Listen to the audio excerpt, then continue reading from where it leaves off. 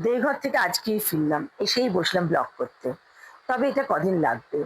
আম ধৈর্য ধরে তোমাদের দেখতে হবে ব্লগ। শম্পা আমার যোগা ক্লাসের ফ্রেন্ড। আর ও আমাকে পিক আপ করতে এসেছিল কারণ ও সল্টলেকে থাকতো। ও সল্টলেকে থাকে। বাবা-মার সঙ্গে ঘুরতে গেলে যতটা নিরাপদ লাগতো, ঠিক মিস্টিক যোগা স্টুডিওর সাথে ঘুরতে গেলে ঠিক ততটাই আমার নিরাপদ লাগে। কোনো কিছু চিন্তা করতে হয় না। সব সুধীর, অভিষেক আর চিরশ্রী দেখে নেয়। এটা একটা বিশাল বড় পাওনা। এত রেসপেক্ট, এত টেক কেয়ার মানে ভাবা যায় না।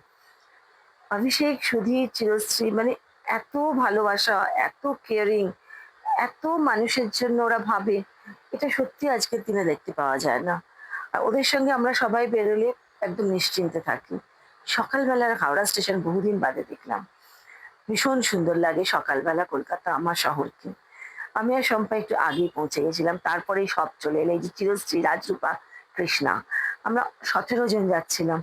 এই দেখো ঝুমাও এসে গেছে, মন্দিরা এসে গেছে, কর্ণিকা, কর্ণিকার মেয়ে, শুক্লাকে দাদা ছাড়তে এসছিল। এই যে দাদা পেছনে দেখো হলুদ রঙের পাঞ্জাবি পরে। এই যে আমাদের সুধীর, আমার মেন্টর, যোগা মেন্টর যে তিতাস, কর্ণিকার মেয়ে।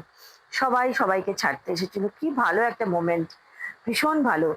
ওই যে বললাম ওদের সঙ্গে বেরোলে আমাদের কোনো চিন্তা নেই, শুধুই মজা। টাইম টু টাইম সবকিছু কি হবে, কোথায় ঘুরবো, কি খাবো, কি করবো, সবকিছু ওরা রেডি। ওরা যেমন বলবে আমরা কিন্তু সেটাকে ফলো করব। আর খুব খুশি মনে আমরা সবাই ফলো করি। এই যে দেখো শুধু দারুণ দারুণ দারুণ কেটেছে। পরের ভিডিওটা আবার